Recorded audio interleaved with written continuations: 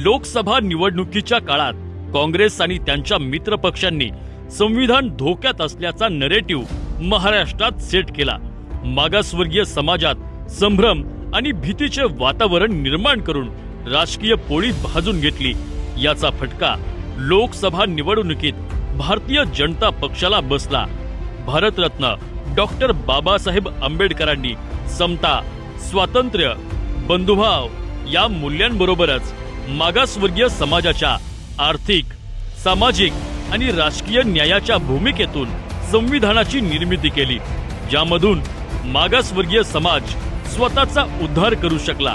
परंतु ज्यांनी या संविधानाला वारंवार पायदळी तुडवण्याचं काम केलं, मागासवर्गीय समाजाचे अतोनात नुकसान केले, तेच लोक संविधान धोक्यात असल्याचा प्रचार करू लागले होते।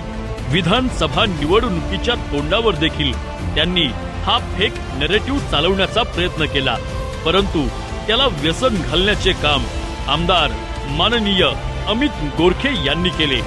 त्यांनी बहुजन संवाद यात्रेच्या माध्यमातून संपूर्ण महाराष्ट्राचा झंझावाती दौरा केला।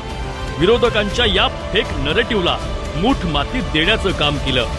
मागासवर्गीय समाजाचा प्रचंड प्रतिसाद मिळालेला हा दौरा तब्बल 23 जिल्हे, 150हून अधिक तालुके, विधानसभा मतदारसंघातून पार पडला।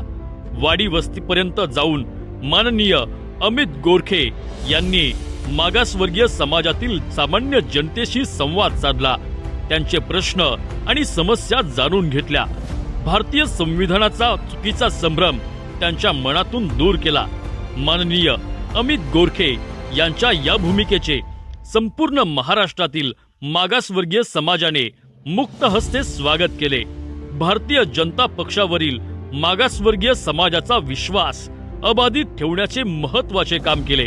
माननीय अमित गोरखे यांच्या रूपाने संपूर्ण महाराष्ट्रातील जनतेला एक नायक मिळाला आहे, जो त्यांचे प्रश्न सोडवू शकतो, समाजाचा सर्वांगीण विकास करू शकतो।